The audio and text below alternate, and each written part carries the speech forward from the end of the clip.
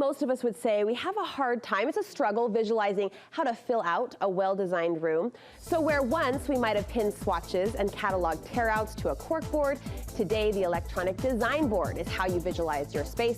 To help us get more comfortable with this design tool, Melissa Reynolds is joining me. It's great to have you. Thank you for having me. Why do you think we struggle? Because I think most home decorators do. You have these pretty ideas floating around in your head, but actually turning them into a pretty real-life picture is tough. Right. I think a lot of people are scared of making the wrong decision, and so they, like you said, they can pick out pieces and items that they really like, but when it comes time to putting it all together and making it function and work for their space, they struggle. Yeah, you can identify that pretty pillow in the aisles of Target, but you're just not sure will it look good at home with what we have? I don't know. So that's where you see the design board really comes into handy. And this is a designer's tool. Explain exactly what it is. So a design board is a digital image that designers or anyone at home can create to help you get a more visual look at the space as you put it together. So we take different snapshots of items that we're sourcing for a space, put it on a board, a digital board, and you get a better feel of what the room will look like when it comes together. So sort of a try before you buy when you see it all laid out? Yes, for sure.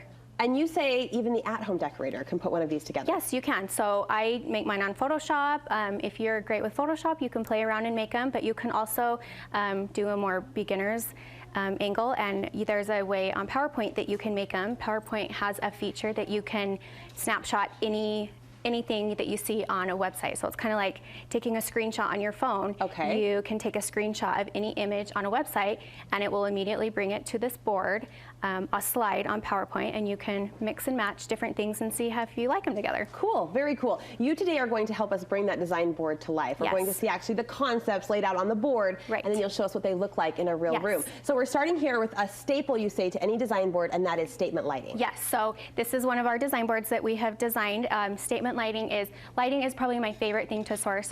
Yes, when I'm doing designs. I love lighting. There's so many different things you can choose and go from. And it's always my afterthought. I don't know why. I always think of it last. Oh, sometimes I will design a whole room around one fixture. I love that. Okay, so here we see the statement lighting piece prominently placed in the design board. So this was a design we did for a little girl. She's a tween, so she's moving out of the baby stage, not quite a teenager yet. She wanted things simple, so you can tell that all the pieces we have sourced are kind of more simple and understated, but the lighting just really helps to take it up to that next level. Here's the design board. Now let's see pictures of the actual design board brought to life in this darling tweens room, and I want to move in. Check that out. Yes, so you can see it's still a light and bright space. It's neutral, it's calm, but there's that awesome mid-century type chandelier lighting in there that just really makes the whole space. It does. If you think about what it would look like if there were a small dome flush mount in there. A builder's grade. It would change the feel of the whole space. So lighting, really, don't have it be an afterthought. Really put some thought into it. You say every design board should carry a level of contrast to it as well. Yes, so contrast is important when you're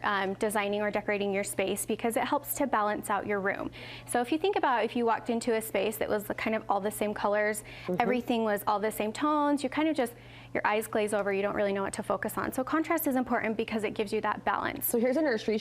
Point us out where you've laid out the contrast. So we have great contrast with the rug. The rug is darker. We have some contrasting colors with this fun curtain panels. But the thing that really stepped the nursery up is that we decided to paint the wall behind the crib this dark hell navy. It's a dark navy blue, and it really just gives the room that great balance that it needs. Bold. I mean, speaking of contrast, here's the finished picture, and look at that white crib against that navy wall. That's stunning. So there is bold contrast, like the dark and light that you can use, but you can also use contrast with textures, with smoother surfaces and rougher things and throws and woods that are also great contrast.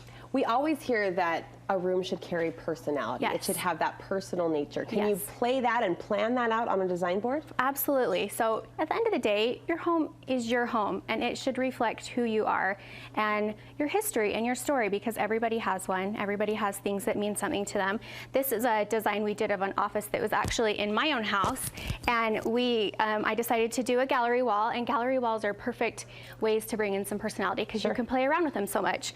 So I had my sister, she's a great artist, I had her paint a watercolor of some cactuses for me because it reminds me of when my husband and I lived in St. George. We lived in St. George for a couple years before, right after we were married, and we had so many wonderful memories there. Our oldest child was born there.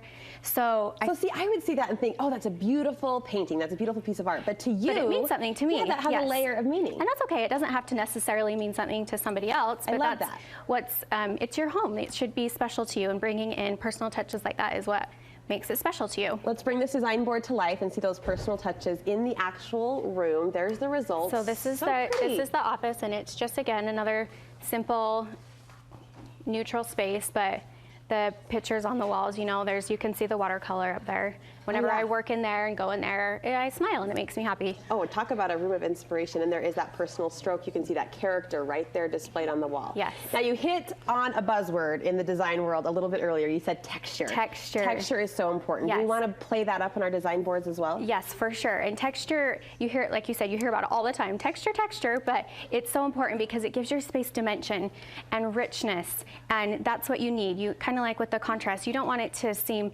flat and dull. You want it to be dimensional and have places for your eyes to focus on. So point out some texture here that you planned. So this is a family room that we designed, and we brought in a lot of texture with the wool on the rugs. That's a great place. The different fabrics on the pillows are a wonderful area. Yeah. Even the leather on the sofa.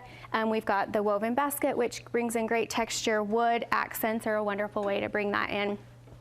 And this design was done for a home that was really light and bright, and so we needed to add that texture. As you can see, it's light, it's bright, there's lots of natural light coming in, so you need to add that texture so it doesn't kind of just feel way too white, and there's some dimension there. And I like that we're seeing texture in the fabrics, but also in just the staple furniture pieces themselves, the leather, the wood. The woods, the rugs, the accessories. There's so many different fun ways you can play around with. That's gorgeous. Where you bring texture in. All right, the fifth and final element you say every design board should have are metallics. Metallics. So metallics are not anything new. They've been around forever, but we're kind of seeing them in new finishes coming out, and it's just fun to play around. Metallics bring some drama and some visual interest to the space, and of course we love to have a little more visual interest in all of our rooms. Absolutely. So this is a board of a bathroom that we did. Now you're mixing the dark metals. And that's okay. You should mix metals. So we've got the brass and we've got the bronze and the black, and that kind of mixing metals helps to add balance, to contrast to what we were talking about before. Let's see this bathroom brought to life. I know I'm already going to love it. Yes, I do. So here is the bathroom. You can see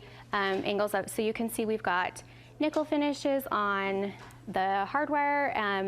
The tile brings in a great contrast, like what we were talking about. The tile is so cool. The black with the white, but then there's the lighting fixture. The brass just kind of adds a little punch to the space. So fun to see it go from board to home, to real life. Is design work electronic design work, having a board put together, is that affordable? Yes, it's extremely affordable. So my business, I focus only on doing e-design, so everything is done electronically.